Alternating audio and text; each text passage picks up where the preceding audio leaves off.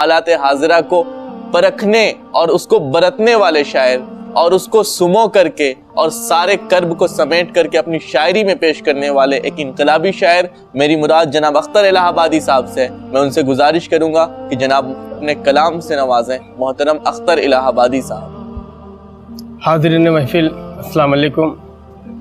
वालेकुम सलाम। शुक्रिया अदा करता हूँ i+ TV चैनल का, जिन्होंने मुझे एक बार फिर से आप सबके बीच में मुखातिब होने का मौका दिया। 4 मिसरों से अपनी बात की शुरुआत करता हूँ, इरशाद पेश करता हूँ बतौर खास। अर्ज़ करता हूँ कि हज़ारों साल भारत में हमारी हुक्मरानी थी। हज़ारों साल भारत में हमारी हुक्मरानी, हज़ारों साल भारत में हमारी हुक्मरानी थी, किसी के सर पे अपनी हार का इल्ज़ाम न रखा। हज़ारों साल भारत में हमारी हुक्मरानी थी, किसी के सर पे अपनी हार का इल्जाम न रखा। और बदल सकते थे हम भी नाम हिंदुस्तान का, लेकिन इसे हिंदुस्तान रहने दिया इस्लाम न रखा। बदल सकते थे हम भी नाम हिंदुस्तान का, लेकिन इसे हिंदुस्तान रहने दिया इस्लाम न रखा। जावेद नदीम साहब, जिन्हें देखकर जिन्हें सुनकर शेर कहना सीखा, उनकी दुआएं मिली मेरे लिए सनद से कम नहीं है। 4 मिसरों पढ़ता हूँ कि इरादे वक्त के दुश्मन बड़े नापाक रखते हैं, इरादे वक्त के दुश्मन बड़े नापाक रखते हैं, तबाही के दहाने पर मेरी इमलाक रखते हैं। इरादे वक्त के दुश्मन बड़े नापाक रखते हैं, तबाही के दहाने पर मेरी इमलाक रखते हैं। जो बम बारूद हम रखते तो उनका हाल क्या होता। नबी के चाहने वाले तो एक मिसवाक रखते हैं, नबी के चाहने वाले तो एक मिसवाक रखते हैं, नबी के चाहने वाले तो एक मिसवाक रखते हैं। बहुत शुक्रिया। 4 मिसरों देखिएगा कि हमारी कौम पर उंगली भला तू क्या उठाएगा, हमारी कौम पर उंगली भला तू क्या उठाएगा। सदाकत का सबक हमको बुजुर्गों ने पढ़ाया है। हमारी कौम पर उंगली भला तू क्या उठाएगा, सदाकत का सबक हमको बुजुर्गों ने पढ़ाया है। और हमें गद्दार कहने की तू कोशिश कर रहा है क्यों, वतन के वास्ते पहले हम ही ने सर कटाया है। हमें गद्दार कहने की तू कोशिश कर रहा है क्यों, सभी का खून है शामिल यहाँ की मिट्टी में, वतन के वास्ते पहले हम ही ने सर। हिंदुस्तान। बहुत शुक्रिया।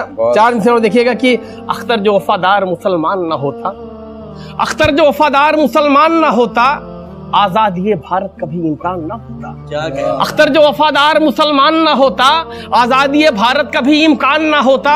हम एक ही मरकज पे अगर आ गए होते, इस मुल्क में हमसे बड़ा सुल्तान ना होता। हम एक ही मरकज पे अगर आ गए होते, इस मुल्क में हमसे बड़ा सुल्तान ना होता। सिर्फ 2-3 कथा और देख लीजिए कि अभी इस्लाम जिंदा है, अभी ईमान जिंदा है, अभी इस्लाम जिंदा है, अभी ईमान जिंदा है। हमारे मुल्क में अब भी हमारी शान जिंदा है, अभी इस्लाम जिंदा है, अभी ईमान जिंदा है। हमारे मुल्क में अब भी हमारी शान जिंदा है। और कटाकर सरवतन की आबरू हमने बचाई थी, हमारे खून के कतरों से हिंदुस्तान जिंदा है। कटाकर सरवतन की आबरू हमने बचाई थी, हमारे खून के कतरों से हिंदुस्तान जिंदा है।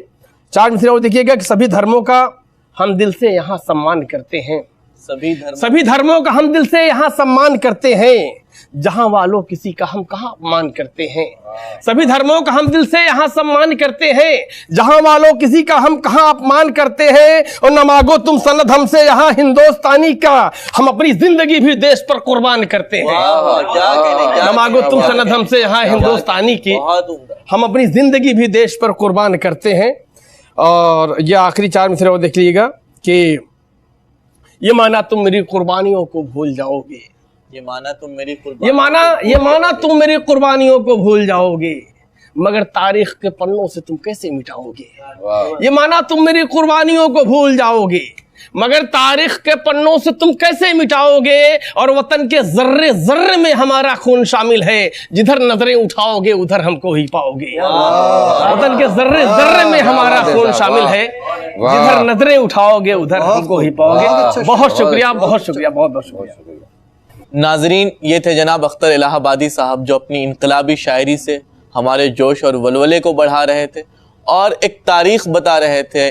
हमारी सरफरोशी की वो दास्तान आपके सामने सुना रहे थे, जो दास्तान आज कुछ शरपसंद लोग छिपाने की कोशिश कर रहे हैं।